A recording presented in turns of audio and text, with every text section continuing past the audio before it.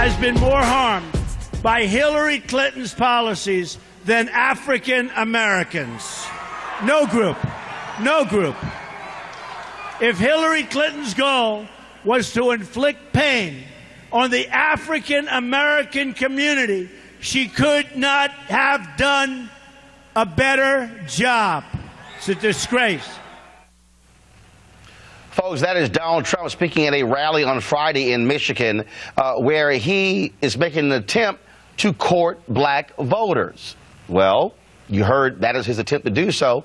Well, it's interesting that he was speaking in a town that is 93% white. Earlier in the week, he also spoke in Wisconsin, in a town 95% white. What in the world is going on with Donald Trump's strategy to court black voters when you look at many states like Ohio and Pennsylvania? He's polling literally at 0%. Here's more of Donald Trump's attempt to woo black voters. Look how much African American communities have suffered under Democratic control. To those I say the following: what do you have to lose by trying something new like Trump? What do you have to lose? You're living in poverty. Your schools are no good. You have no jobs. 58% of your youth is unemployed. What the hell do you have to lose?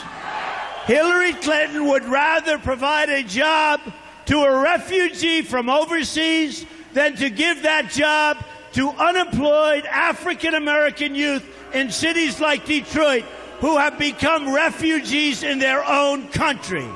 And at the end of 4 years, I guarantee you that I will get over 95% of the African-American vote. I promise you. Because I will produce for the inner cities, and I will produce for the African-Americans.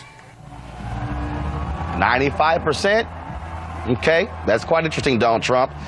Folks, on ABC's This Week with George Stephanopoulos, Kellyanne Conway, Trump's new campaign manager, she says she thought his outreach to black folks was great. But many in the African-American community saw that as insulting, as they say most African-Americans don't live in poverty, and that Mr. Trump was making those comments in communities that are more than 90% white. But those comments are for all Americans, and I live in a white community. I'm white. I was very moved by his comment. In other words, he is trying to tell Americans that we can do better. And the thing that he said that I think got a great deal of resonance is that maybe Hillary Clinton looks at you as voters this year, takes you for granted. I look at you as people. And if you, again, George, if you think 58% of unemployment in the African-American youth community is a good idea, then absolutely please go vote for Hillary Clinton, everyone. But he's saying you can't do any worse. We're the party. He's the candidate that believes in school choice vouchers and charter schools for African-American, Hispanic students, and everybody really, but they've benefited. I've done a lot of work in that space here in New York City, and it's just remarkable to see the quality education that these students who are fully capable and very intelligent receive through school choice and charters. Hillary Clinton's against those.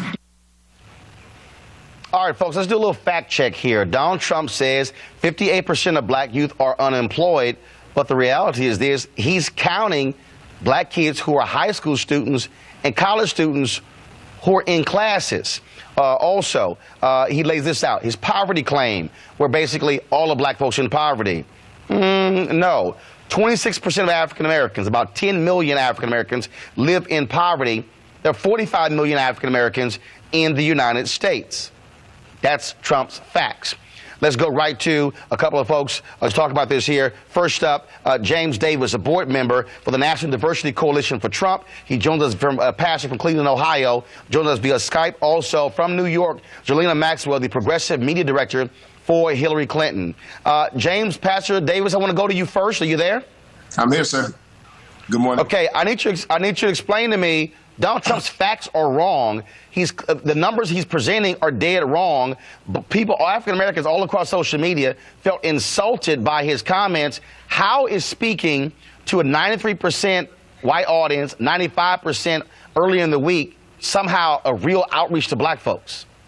Well, I don't care if he's in Iowa or in one of the small, in a town that has a 0% black population. At the end of the day, when he opens his mouth, the entire world listens, and the cameras are going to be there. So obviously, black people heard the message, because we're on here talking about it this morning. When Hillary Clinton went to Scranton, Pennsylvania a couple of weeks ago, no one had a problem with her being in a town that scarcely has black people, and she was addressing similar issues herself. So the venue, I think we can kind of dismiss that, because it doesn't matter where he is. Well, actually, Pastor Davis, we can't dismiss that because when he was earlier the week in Wisconsin, he didn't speak in Milwaukee. Also, there he was there, he didn't speak in Detroit. And so he didn't speak to the NAACP, didn't speak to the National Urban League, did not speak to the National Association of Black Journalists. So at what point is Donald Trump actually going to talk to black people who are actually in the room? Again, I think that was already attempted, because when you went to Chicago, the minions took over and shut the meeting down and bragged about the meeting. No, that's not true. It is Pastor true. Davis, It's absolutely true. Pastor Davis, first and foremost, Pastor Davis. Then all of a sudden, now he's supposed to go back into hostile territory. No, Pastor Davis. It's probably better that he speaks away from it than sitting in the middle of it. Pastor Davis, wait a minute. When he had a rally in Chicago. That wasn't speaking to black folks. It was at the University of Chicago, Illinois campus. That wasn't at Chicago State. But I'm going to ask you again. But 1 second. Speaking to whether or not there was a majority of people in these areas, and so now he goes into a city that has a huge minority block in it, and then all of a sudden it turns into chaos. And then so now I guess he's supposed to go into the line of fire every time. And so the venue question is silly. At the end of the day, regardless of venue, this go ahead, Roland. I'm going to ask you a simple question. I want a simple answer. Why is it that Donald Trump will not speak in front of largely African-American audiences? Again, if I'm going into a place that is hostile, then why should I come if I'm going to be rejected? If your mind is already made up, because it seems to me that Black America's mind is already made up about Mr. Trump, most of them, and so now I'm going to speak to you from afar and say, because if he can speak to a couple of folks and wake up just a handful, because even some of the smart folks in Black intelligentsia are saying that if he pulls 3, even some of these pundits are going to say if he pulls 3 out of 20, he has the election. And there are people that are waking up. There's a wave of people that are saying, we're tired of people urinating on our head and telling us that it's raining. They've had enough of it. I want to go to Zelina Maxwell. Zelina is interesting because President George W. Bush spoke 5 out of 8 years as president to the National Urban League. He spoke to the National Urban League when he was running for president. And so I don't think anybody has called the National Urban League a hostile audience. Mitt Romney in 2012, he spoke to the NAACP. That wasn't hostile. I was actually there. Also, numerous candidates over the years, including Senator Bob Dole, has spoken to the National Association of Black Journalists. I was there. And so those are not hostile audiences. Your take on Trump's refusal to actually speak in front of African Americans? Well, I think there's a reason why he's refusing to speak in front of African-American audiences. And there's a reason why African-American audiences are at this point hostile to what he is saying. He spent a large portion of the 8 years of the Obama presidency asking for the first Black president's birth certificate. He, remember, was leading that charge to get President Obama to release his, quote, long-form birth certificate. He came out the day 1 of his presidential campaign insulting Mexicans, calling them rapists. His entire campaign has been demeaning rhetoric and divisive policies. So there is a reason why Black people don't support him. It's not that we're just hostile to an alternative message. It's the fact that his rhetoric is divisive and demeaning, and we're rejecting that. I think also, if he had something to offer Black people, it's not that we don't have anything to lose. We have everything to lose, and he has nothing to offer us. I got to ask you this question here. I'm going to ask both of you this question. Now, I'll ask you, Zelina, first. If I decided to put together, let's say, a town hall that speaks specifically to Black issues, do you believe that your candidate, former Secretary of State Hillary Clinton, would participate in that kind of event in front of African Americans? Well, of course, Roland, because as you know, she already has participated in 2 town halls with you. And she's also, as you said, gone to the Urban League, gone to the NAACP, and most recently gone to NABJ. So she is not shying away from speaking directly to African Americans, but it's not just about talking to those communities. She's also listening to the mothers of the movement. She's listening to young African American people and trying to tackle and provide solutions for the issues that they are bringing to light. And that will continue all the way through Election Day and then beyond that, because she's actually saying, hold me accountable for what I'm promising to do, and I want to actually provide solutions to make your lives better. I think that that's something that we can actually believe in. If you don't have anything to offer, of course you're going to say, oh, you have nothing to lose, because you're not providing any solutions.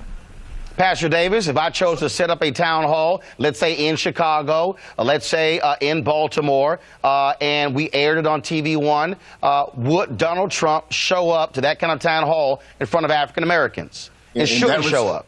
And that he absolutely should, and I believe that he would. Circling back to your the original comment.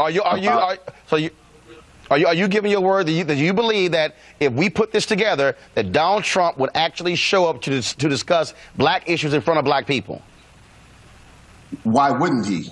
Again, the hostility has become based upon this media portrayal of him being the so-called rhetoric of all of this. The whole birther issue, circling back to that appeared in the public discourse somewhere in 2008 from the Hillary Clinton camp. And as much as liberal media wants to deny that, he picked it up in 11, and I agree with that. He picked it up in 11 and drove the point home. Was it wrong for him to do it? Was it Pastor Davis? Was it Pastor Davis? What he has to say. Now, Pastor Davis, was it wrong? No, I got to ask you. It's the same courtesy and respect. No, but I got to ask you this here. Was it wrong? Got the long form birth certificate, and so black people have this offense. So they can't even hear the message because they're offended that the least vetted president in history got called out on whether or not he was a citizen or not. Get past that. What do we have right now? And so he's saying, what the hell do we have to lose? At the end of the day, we have a higher poverty rate, higher unemployment. Our cities are melting around us. We have police brutality, all the rest of these things that are going on in our communities. Our community is on fire and no one is sending a fire truck. And so the man is simply saying, try something new, because all I hear out of the Hillary camp is the same old saying, what we've always gotten. And so here we sit right now. Well, I'll tell you what, so Pastor Davis, I got 20 seconds. So you saying you were supportive of Donald Trump's attacks on President Obama and his birth certificate? I'm saying that the president needed to be vetted, yes. He was, but he's an American. So why question his American credentials? Because it was unclear. And if something's unclear, it needs to be vetted. Okay. I don't care who it is. See, that's the sensitivity. Okay. That we have, that if you ask a black man a question, or if you call the black folks into accountability, because if the previous chair of the Congressional Black Caucus said, if we were in the economic condition that we're in underneath a white administration, that we would be burning the White House down. But I'm racist if we call them into accountability and I'm white, and I'm a Tom or a coon if I call them into accountability and I'm black. So which is it? So there's no accountability at all. I don't use those phrases, but I'll say this here. A lot of black folks clearly offended by the birther issue. We certainly appreciate it. Thank you so very much. Thank you very much, Shalina Maxwell, Pastor Davis. Kickstart your day at 7 and get the news you need from the perspective you want. News One Now with Roland Martin. Every weekday morning at 7 on TV One.